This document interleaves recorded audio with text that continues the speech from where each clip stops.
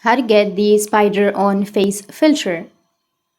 So if you want to get the spider on face filter, then what you need to do is just open up your TikTok application. Once you open up your TikTok, now you just need to simply go with the search on the upper right, tap on search and search for spider filter effect. Once you search here, you will get the spider filter effects. So you just need to simply tap on the video which has the effect, and on the bottom left you may have the filter, the option of use filter.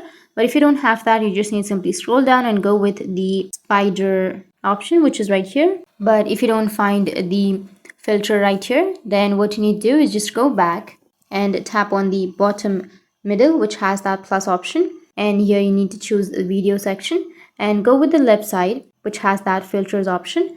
And now you need to go with search under your filters or the effects, and then search for spider. And after that, here you will have the spider prank.